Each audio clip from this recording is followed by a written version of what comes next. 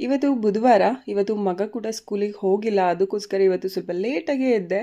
ಯಾಕಂದರೆ ಅವನು ಸ್ಕೂಲ್ ಇಲ್ಲದೇ ಇರೋ ದಿವಸ ನನಗೂ ಒಂಥರ ರಜನೆ ಅಂತ ಅನ್ಬೋದು.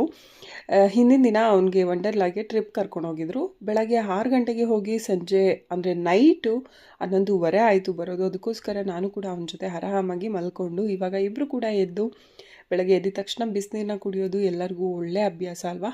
ಬಿಸಿನೀರನ್ನ ಕುಡಿದು ಒಂದು ಗ್ಲಾಸು. ಇವಾಗ ಎಲ್ಲರಿಗೂ ದೋಸೆ ಮಾಡ್ತಾಯಿದ್ದೀನಿ. ಹಿಂದಿನ ದಿನ ಮಂಗಳವಾರ ನಾವು ನಾನ್ ವೆಜ್ ಮಾಡಿದ್ವಿ. ಸೊ ಹಾಗಾಗಿ ಬೆಳಗ್ಗೆಗೆ ನಾನ್ ವೆಜ್ ಸಾಂಬಾರು ಕೂಡ ಇತ್ತು. ಮಟನ್ ಸಾಂಬಾರು ಮತ್ತು ದೋಸೆ ಕಾಂಬಿನೇಷನ್ ತುಂಬ ಚೆನ್ನಾಗಿತ್ತು.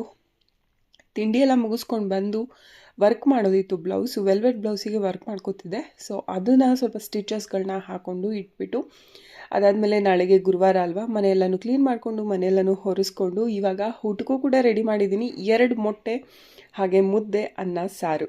ಸೊ ಇವತ್ತಿನ ಒಂದು ಮಿನಿ ವ್ಲಾಗ್ ಹೀಗಿತ್ತು.